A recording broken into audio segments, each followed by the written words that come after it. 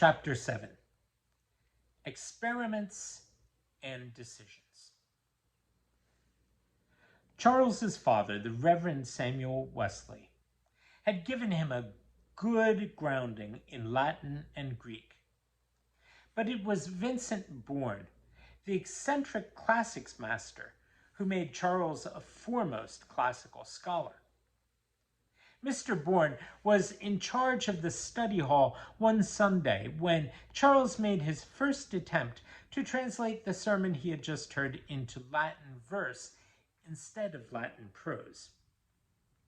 The master was wandering up and down between the long study tables, giving help when help was needed. He stopped beside Charles, who was biting the end of his quill pen and staring up at the ceiling. "Dreaming with your eyes open, young sir?" asked the master. Charles started. "Oh, no, sir," he said, wondering how he could explain to the odd Vinnie Bourne. "I was trying to, fit the words I have in my mind into the necessary rhyme form." "Into the heroic couplets, I suppose you mean," said Vincent Bourne. "The dee-da, dee-da, dee-da, dee-da, dee-da, dee-da, that is so popular." Charles smiled at the master's sing-song. "Yes, sir." "Were you looking for inspiration on the ceiling? I thought it was a rather good sermon myself. Well worth heroic translation." "That's just it, sir. I think it deserves something more, less set than the heroic verse form. I guess I'm trying to say." "Irregular verse, you mean?" Now it was Vincent Bourne who sounded excited. "Well, if that is what you want to do, do it." "But will it be acceptable?" asked Charles. He was always conscious of the need to do what was correct, scholastically speaking. Brother Samuel expected only the best from him, and he owed his very existence at Westminster to his brother. Now, of course, Garrett Wesley was paying his way, but Samuel was still the one for whom he worked. "It certainly would be to me," said Vincent Bourne. "What is your name, young sir?" "Charles Wesley, sir," said Charles. "I'm Vincent Bourne," said the master. "I know, sir," Charles said, and blushed. Everyone at Westminster, Charles was sure, knew who Vincent Bourne was. He was the butt of many schoolboy jokes because he cared nothing about his personal appearance.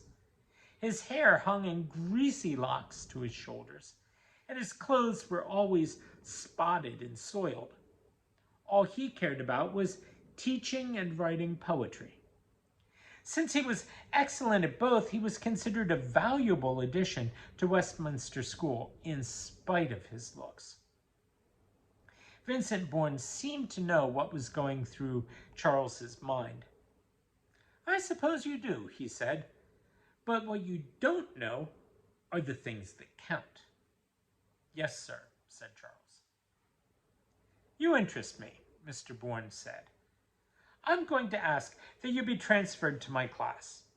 At present, I don't have a boy in it who cares a fig for writing verse. I have a feeling I could interest you in different meter forms. Could I?" Charles felt at a loss for words.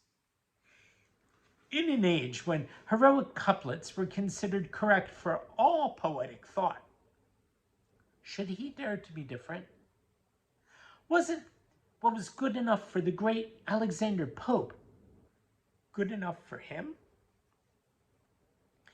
"What's troubling you?" asked Vincent Bourne. "You said you thought today's sermon deserved a different verse form than you knew how to give it. Are you afraid to experiment?" The word "afraid" always aroused a fighting back spirit in Charles. "No," he said. "Good," said the master. "Tomorrow morning, report to me. We shall see if you mean what you say." From the first day, Charles Bourne's class proved challenging to Charles. His admiration for the master's intelligence grew with every contact. Apparently, the admiration was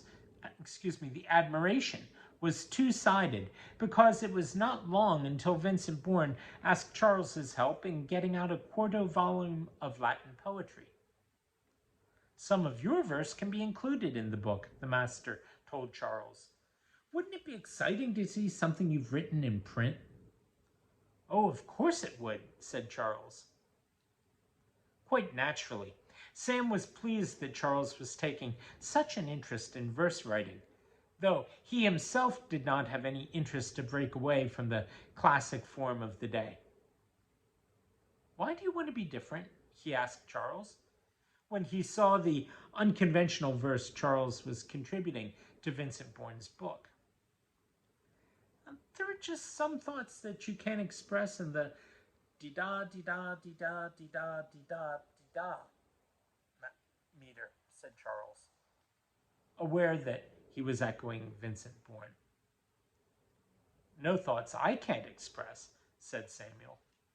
But no matter. I'm proud of the way you're progressing here at Westminster, Charles. So, I understand, is Garrett Wesley. Charles had proudly told his brother all about Garrett Wesley's visit, since the Irishman's offer relieved Samuel of responsibility for Charles's schooling. As the years passed by, though, Garrett Wesley never had come back to see Charles. If the money for his keep had not kept arriving, Charles would almost have been inclined to believe he had dreamed the whole affair.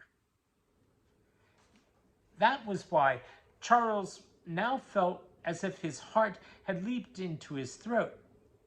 He swallowed with difficulty, forced once more to face the matter.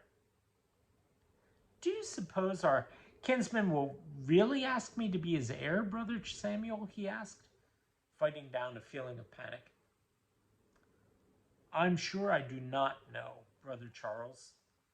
Dr. Fryden tells me, though, that Mr. Wesley insists upon detailed monthly reports of your progress, so he certainly has not dismissed you from his mind. Oh, said Charles. Oh. We'll pick it up there tomorrow.